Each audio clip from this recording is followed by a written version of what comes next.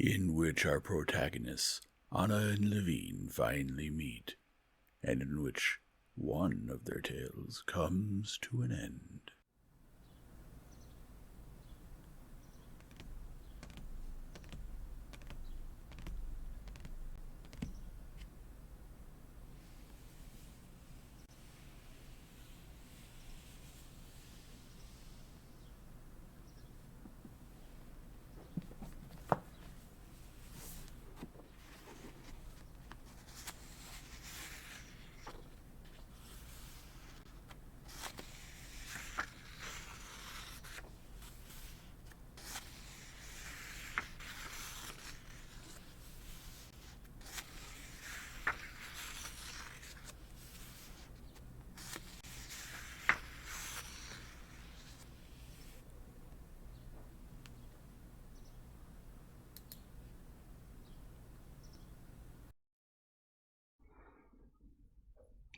Chapter 3. During his stay in Moscow, Levine had again become close with his former university friend, Professor Katavasov, whom he had not seen since his marriage. He liked Katavasov for the clarity and simplicity of his worldview. Levine thought that the clarity of Katavasov's worldview came from the poverty of his nature, and Katavasov thought that the inconsistency of Levine's thought came from a lack of mental discipline. But Levine liked Katavasov's clarity, and Katavasov liked the abundance of Levine's undisciplined thoughts, and they loved to get together and argue. Levine read some parts of his writing to Katavasov, and he liked them. The day before, meeting Levine at a public lecture, Katavasov had told him that the famous Metrov, whose article Levine had liked so much, was in Moscow, and was very interested in what Katavasov had told him about Levine's work, and that Metrov would be calling on him the next day at 11 o'clock, and would be very glad to make his acquaintance. "You're decidedly improving, my friend. It's nice to see it," said Katavasov, meeting Levine in the small drawing-room. "I heard the bell and thought, can it be he's on time? Well, how about these Montenegrins? Born fighters."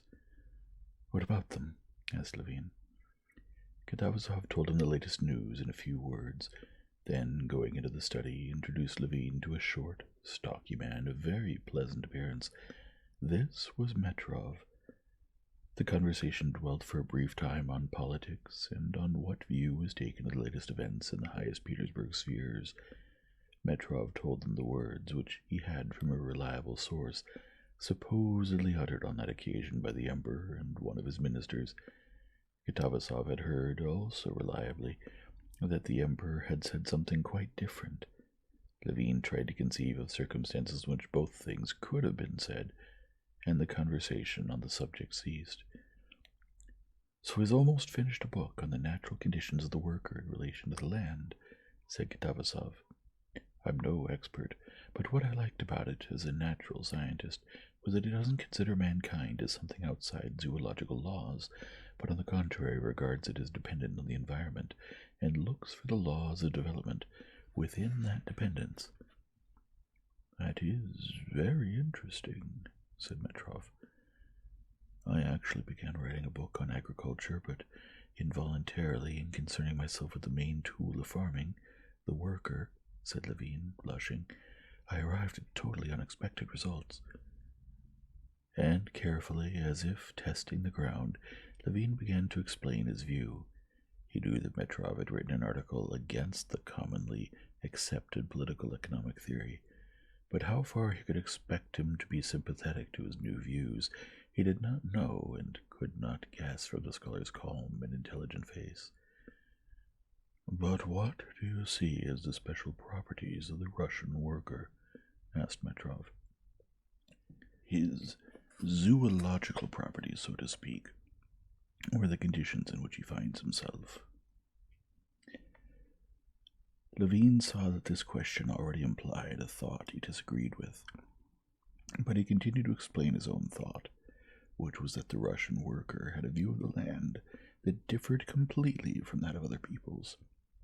And to prove this point, he hastened to add that, in his opinion, this view of the Russian people came from their awareness of being called upon to populate the enormous, unoccupied spaces of the East.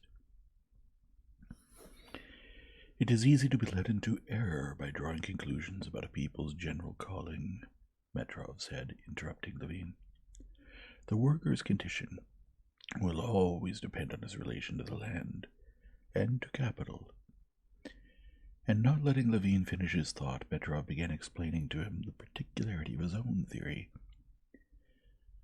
What the particularity of this theory was, Levine did not understand, because he did not bother to understand. He saw that Metrov, just like the others, despite his articles in which he refuted the teaching of the economists, still regarded the position of the Russian workers only from the point of view of capital, wages, and income.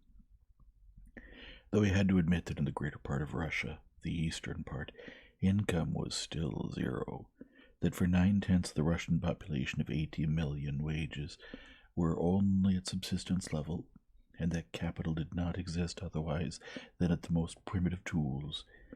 He still regarded all workers from that point of view alone, though he disagreed with economists on many points, and had his own new theory about wages, which he explained to Levine.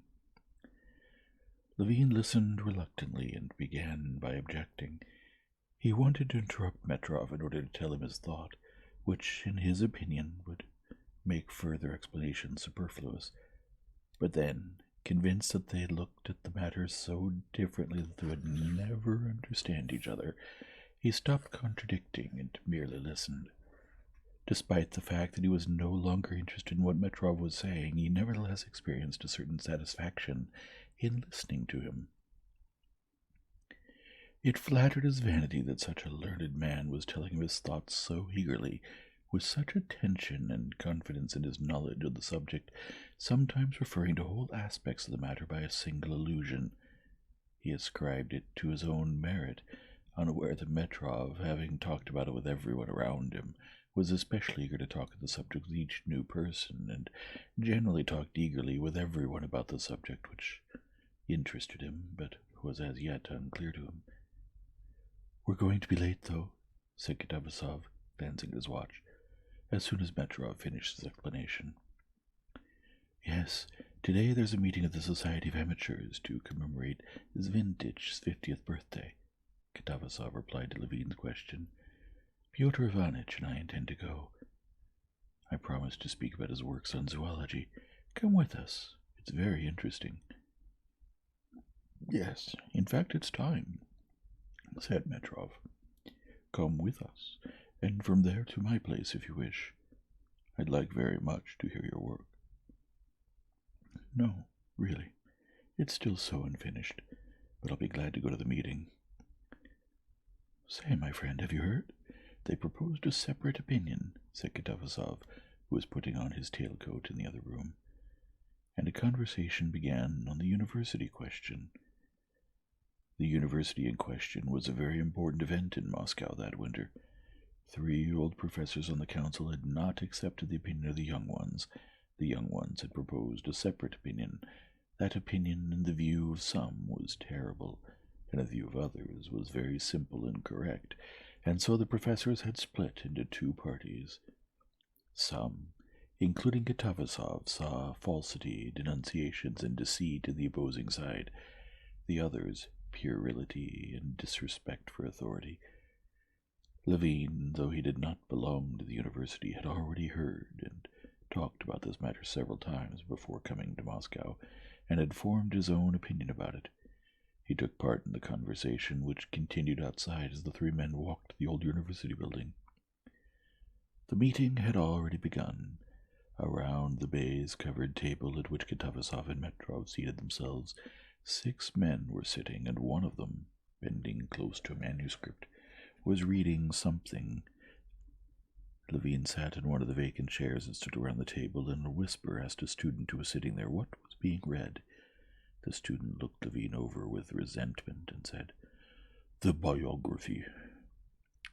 Though Levine was not interested in the scientist's biography, he listened involuntarily and learned some interesting and new things about the life of the famous man. When the reader had finished, the chairman thanked him and read a poem by the poet Ment, sent to him for this jubilee, with a few words of gratitude to the author. Then Katavasov, in his loud, piercing voice, read his note on the learned works of the man being honored. When Katavasov finished, Levin looked at his watch, saw that it was already past 1 o'clock, and reflected that he would not have time to read his work to Metrov during the concert. And besides, he no longer wanted to. During the reading he had also been thinking about their conversation. It was now clear to him that while Metrov's thought might be important, his own thoughts were also important. These thoughts might be clarified and lead to something only if each of them worked separately on his chosen way, and nothing could come from communicating these thoughts to each other. And having decided to decline Metrov's invitation, Levin went over to him at the end of the meeting. Metrov introduced Levin to the chairman, with whom he was discussing the political news. Metrov told the chairman the same thing he had told Levin, and Levin made the same observations he had already made that morning, but for diversity offered a new opinion that had just occurred to him. After that, the talk on the university question started up again.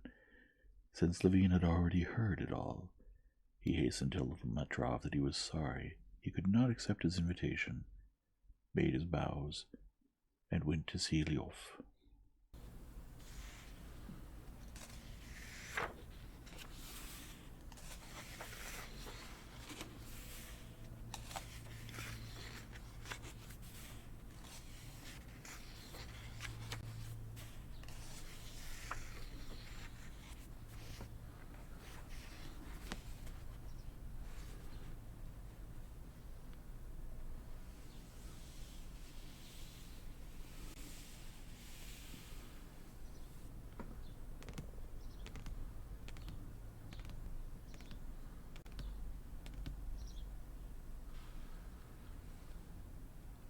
If you enjoy this format, please leave a like and subscribe and return tomorrow for the next chapter.